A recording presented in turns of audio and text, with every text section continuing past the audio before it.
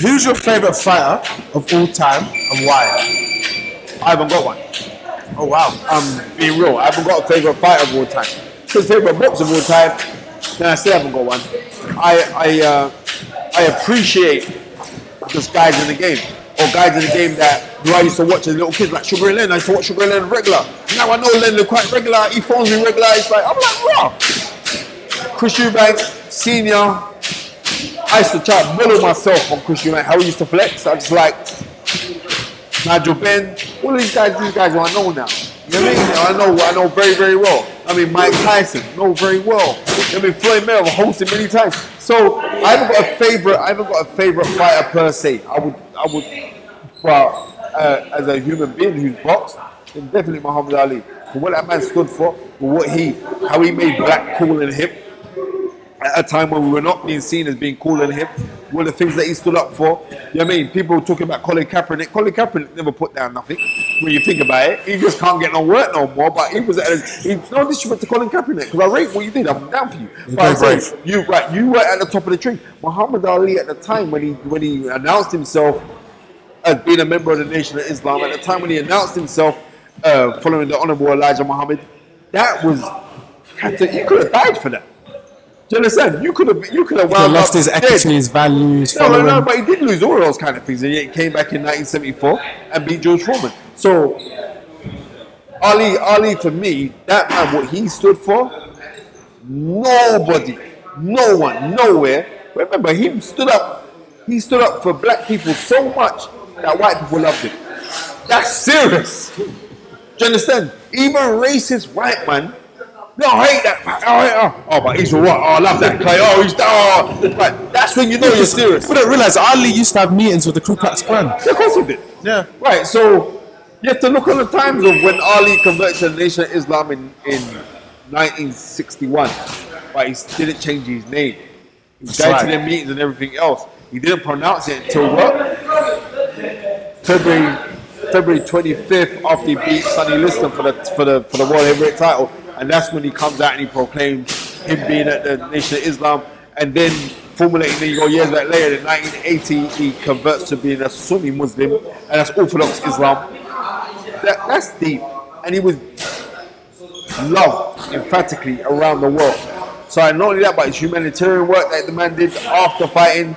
You got to love Ali. I love that man. Complete icon. And it was, there were some people that were comparing Conor McGregor to Muhammad Ali. Listen, shut up. Don't shut up.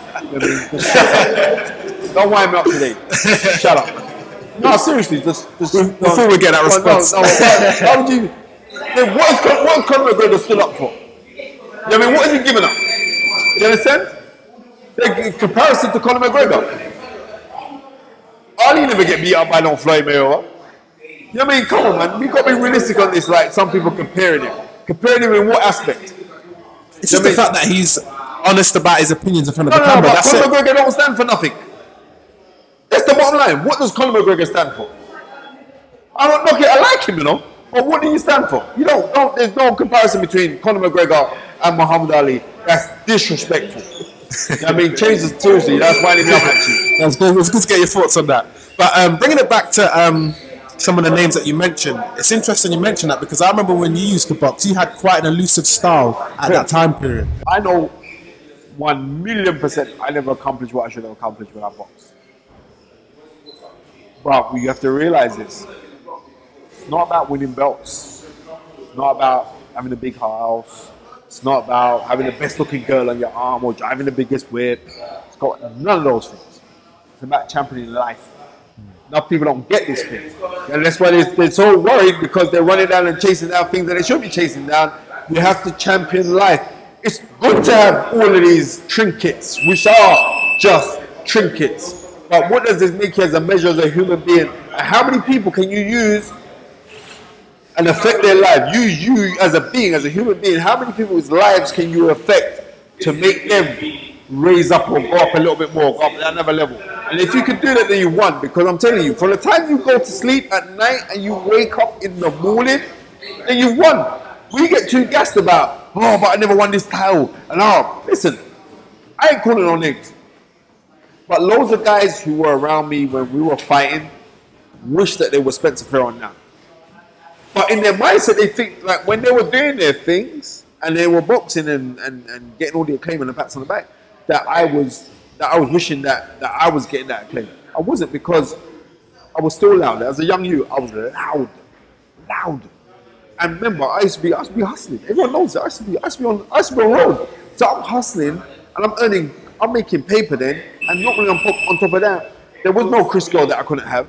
There weren't no big whip that I weren't driving. I was having all of, so I was having all of the things that was attributed to saying you was a champion. So I knew like, right, I'm actually championing myself. Loads of people couldn't understand that. So that would bring envy towards you, because people, nah, he's too loud, he's too cocky, too da, da, da. Oh, loads of man. You think I don't know? I know. Loads of people inside the game were saying, nah, I can't take him. Nah, he's a loud man, so and so. You know the black thing's coming in next, right? Of course. Right, but so I'll be getting that all the time. But I'm saying, listen, regardless of that, I am championing life. They wish that they were in my position right now. And bottom line is, I want everybody to win. Unfortunately, not everyone feels the same way, that they don't, because that's their own insecurities. So what I realize is this, that people who are not happy with their own lives will always find fault in what you're doing. Because they're actually not happy with themselves. You see me? I'm happy with me because I'm winning. So therefore I want everyone else to win, because I want you to feel the same euphoric, effervescent, colourful joy and happiness that I receive. That is it.